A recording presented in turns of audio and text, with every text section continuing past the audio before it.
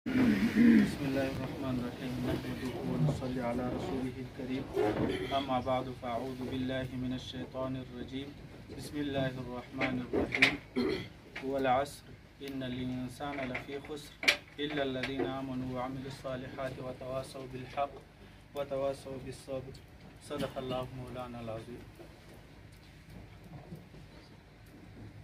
لټولو نه مخکې السلام علیکم ورحمة الله وبرکاته.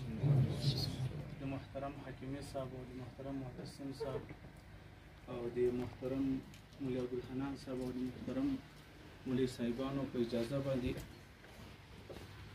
غواړم چې سرمفتشیت د دریو تنو مسؤلینو د سرپرستي په هکله باندې تاسو ته د وزارت مقام هغه مکتوب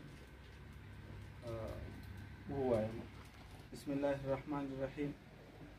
لنډیز د سر مفتشیت د دریو تنو مسؤلینو د سرپرستۍ په هکله د سر مفتشیت د اداري چارو د ښه تنظیم او سمون په مخه وړاندیز شوي مسؤلین دي د ریاست الوزرا عالي مقام د حکم تر رارسېدو پورې په پیشنهاد شوو پستونو کې د سرپرست په توګه دنده اجرا کړي.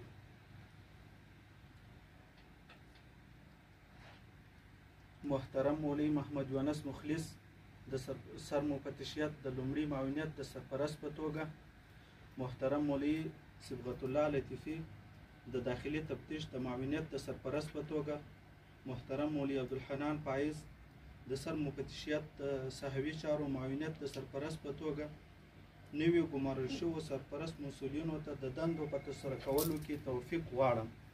زیربط مراجع دي ورسره په چارو کې لازمه همکاري وکړي. والسلام. مولوي محمد یعقوب مجاهد د ملي دفاع وزارت سرپرست.